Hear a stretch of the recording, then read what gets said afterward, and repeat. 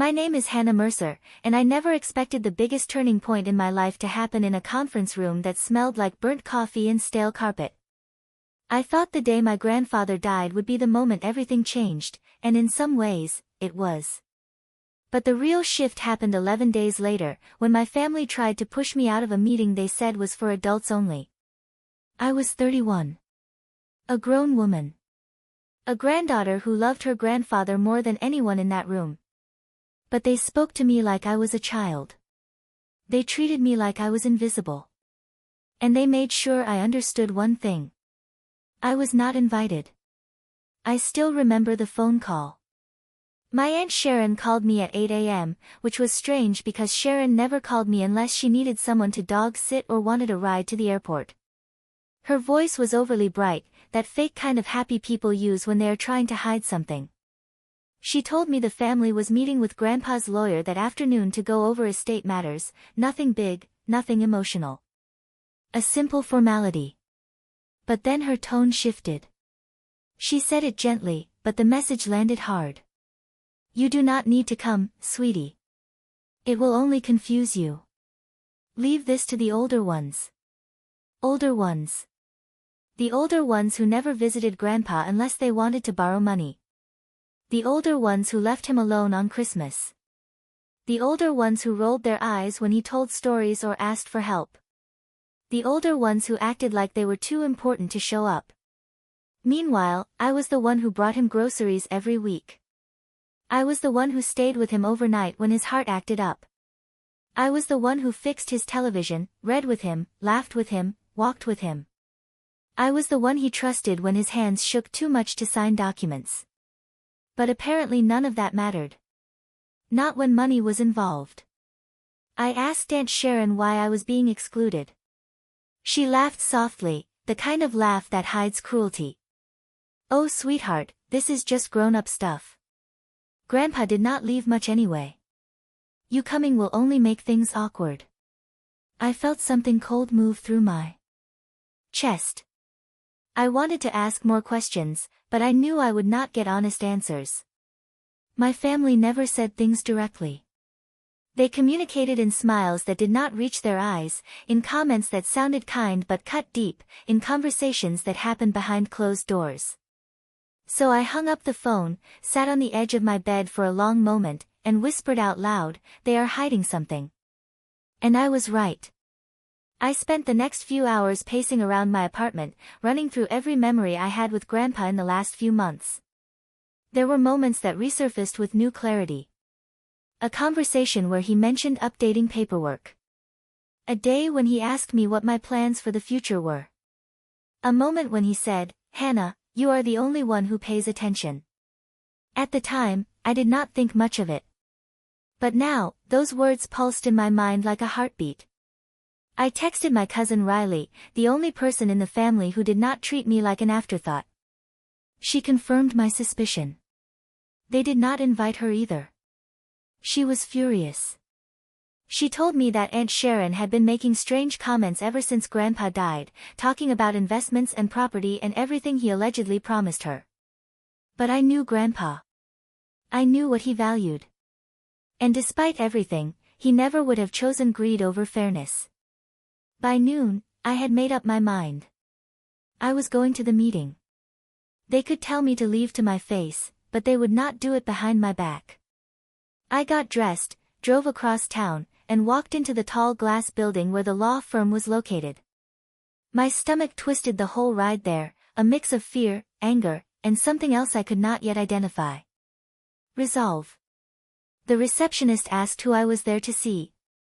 Before I could answer, I heard my Uncle Greg's voice behind me. He said my name in that disappointed tone he always used when he wanted to remind me of my place. "Hannah. What are you doing here?" I turned around slowly. My whole family was standing behind him. Aunt Sharon with her overly styled hair and sharp smile. My cousin Danielle with her designer purse she definitely could not afford. My Uncle Greg with his hands in his pockets pretending to be calm while silently judging everyone beneath him. I lifted my chin. I came for the meeting. Aunt Sharon stepped forward, placing her hand on my arm like I was 5 years old. No, honey. This is for the estate. You do not need to be here. You would not understand the financial parts. I pulled my arm back gently. I said, I want to be here. My uncle sighed dramatically. Hannah, please. Do not make this difficult. There is no reason for you to be present. We have it handled. My voice stayed quiet. Grandpa was my family too. They exchanged glances, the kinds of glances people give each other when they are about to push someone out of a circle. Then Aunt Sharon did what I expected. She said the sentence that made my jaw tighten. The adults are talking. You can wait outside. Something in me snapped. Not loudly. Not dramatically. Quietly. Cleanly. Like a thread breaking after being pulled too tight for too long. I said nothing. I simply walked past them toward the conference room door. My uncle grabbed my shoulder. Hard. Hannah, I said you are not coming in. Before I could respond, the door opened. A man in a gray suit stepped out. He had a warm smile and kind eyes. I recognized him instantly. Grandpa's lawyer, Mr. Dalton. He looked at me first. Then at my family. Then back at me. Ah. Hannah. Good. You are right on time. Right. On. Time. The room behind him went absolutely silent. Uncle Greg blinked. Aunt Sharon opened her mouth, then closed it. Danielle stared at me with an expression that could only be described as stunned panic. Mr. Dalton continued, we have been waiting for you. Waiting for me.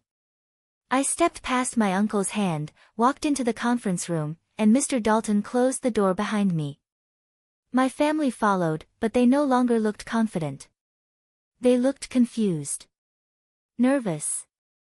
Suddenly unsure. There was a large wooden table in the center of the room with papers neatly stacked on top. I sat in the chair closest to Mr. Dalton. My family sat to my right, whispering among themselves like children caught in a lie. Then Mr. Dalton spoke. As you all know, we are here to review the last will and directives of Mr. Raymond Mercer. Before we begin, I need to acknowledge something. He looked at my family. Then at me again. There seems to have been a misunderstanding regarding who is supposed to attend this meeting. My aunt smiled quickly. Yes, Mr. Dalton, we thought it was just the immediate decision makers. We did not want to overwhelm the process. He nodded slowly. I understand. But that is not how Mr. Mercer arranged things. He was very clear about who he wanted present today. Aunt Sharon put on her polite voice. Yes, of course. Us. The immediate family. Mr. Dalton gave a small, almost amused smile. Correct. The immediate family. Which is why Hannah must be here. And why this meeting cannot proceed without her. A chill went through the room. My uncle shifted in his seat. Why her? Mr. Dalton clasped his hands together calmly. Because your father appointed her. Appointed me. The words echoed in my mind. He continued, in his final directive, Mr. Mercer named Hannah Mercer as the executor of his estate. The entire room stopped breathing. My aunt's jaw dropped. My uncle made a choking sound. Danielle leaned forward like she misheard. I sat perfectly still, my heart pounding, my skin tingling. Mr. Dalton looked at me kindly. Yes, Hannah. You are the executor. The shock in my body spread like heat. My throat felt tight. My eyes burned. I could barely speak. Me. My aunt finally snapped out of it. There must be a mistake. There is no way he would choose her. She is too young. She does not understand finances. She is barely involved. I stared at her. Barely involved. I had spent years taking care of Grandpa while she spent years pretending he did not exist unless she needed something. Mr. Dalton shook his head gently. There is no mistake. He signed the documents himself, in my presence. He explained his reasoning thoroughly. My uncle leaned forward. What reasoning? Mr. Dalton opened a folder and read aloud. Hannah is the only one who shows up. She listens. She remembers. She cares. I trust her to do what is fair and right, not what is convenient. The room fell into a heavy silence. Aunt Sharon looked like she might explode. This is ridiculous. She is only one person. She cannot be the executor of everything. Mr. Dalton corrected her calmly. She is not just the executor. She is also the primary inheritor. The temperature in the room dropped. I felt like the air left my body. I could hear my heartbeat in my ears. Primary inheritor. My uncle snapped, that cannot be right. He would not leave everything to her. Mr. Dalton nodded. Not everything. But the majority. The house. The land. The investment accounts. And the personal items designated here. He also left each of you specific gifts. But Hannah carries the bulk of responsibility and inheritance. Every set of eyes in the room landed on me. Some filled with jealousy. Some with disbelief. Some with thinly veiled hatred. My aunt raised her voice. Why would he choose her over us? Mr. Dalton did not sugarcoat it. He said, because she earned it. I swallowed hard. My eyes stung. I stared down at my hands, trying to process what was happening. Grandpa trusted me. He trusted me enough to give me the final say. To put the future of his entire estate in my hands. He saw me. He valued me. He believed in me more than anyone else in that room. The meeting continued for another hour, but everything after that moment felt surreal. My family's hurt pride began to twist into aggression. They questioned every detail. They argued over amounts. They accused Mr. Dalton of being biased. They even tried, in front of him, to manipulate me into agreeing to split things differently. When the meeting ended, they cornered me in the hallway. Aunt Sharon's tone was sharp. Hannah, you cannot actually take on this responsibility. You are too young. Let your uncle handle it. Uncle Greg nodded. It would be foolish for you to try to manage all of this. You will make mistakes. You need guidance. Danielle crossed her arms. Just sign over the investment part and we will help with the rest. It will make things simple. I stared at them. Really stared. And for the first time in my life, I did not shrink. I did not apologize. I did not let their voices drown out my own. I said quietly, Grandpa trusted me, not you. My aunt scoffed. He was old. Confused. My voice sharpened. No. He was clear. He knew what he was doing. And you all know it. You are just angry he did not choose you. My uncle stepped closer. Hannah, you do not want to start a war. I took a slow breath. You already did. I am just choosing not to lose it. Their faces tightened. I continued. You did not invite me today because you wanted control. You wanted to divide everything without me knowing. You thought I would stay quiet and grateful for scraps. But you forgot one thing. Grandpa was not stupid. He saw everything. And now, so do I. I stepped back, looked all three of them in the eyes, and said the words I knew would shatter whatever remained of our false family peace. I am the executor. And I will carry out his wishes exactly as he wanted. Not as you want. My aunt glared at me. You cannot treat us this way. I nodded.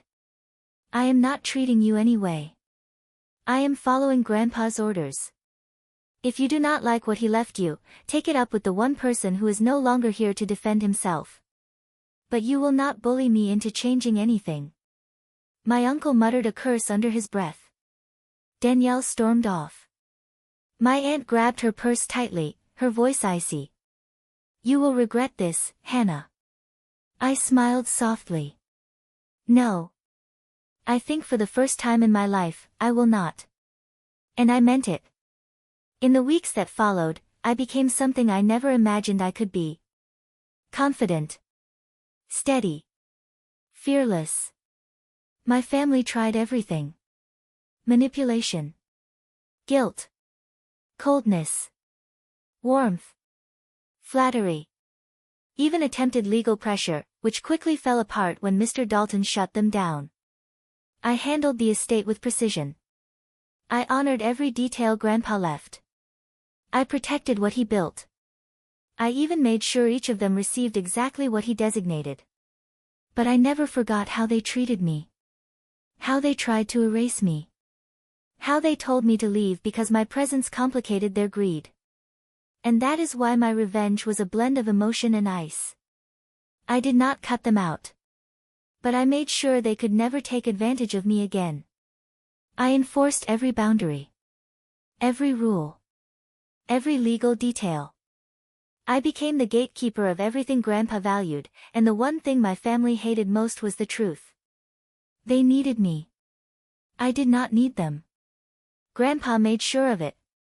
And every time I walk into that house he left me, every time I see his photo on the mantle, every time I take care of something he entrusted to me, I remember the moment Mr. Dalton looked at me and said, "You are the executor."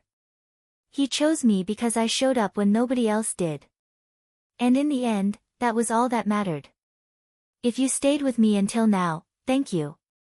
If you have ever felt overlooked or underestimated by your own family, I hope you remember this part. You deserve to be seen. Stay with me. Like this video, subscribe, and turn on notifications. More stories are coming, and I want you here for every one of them.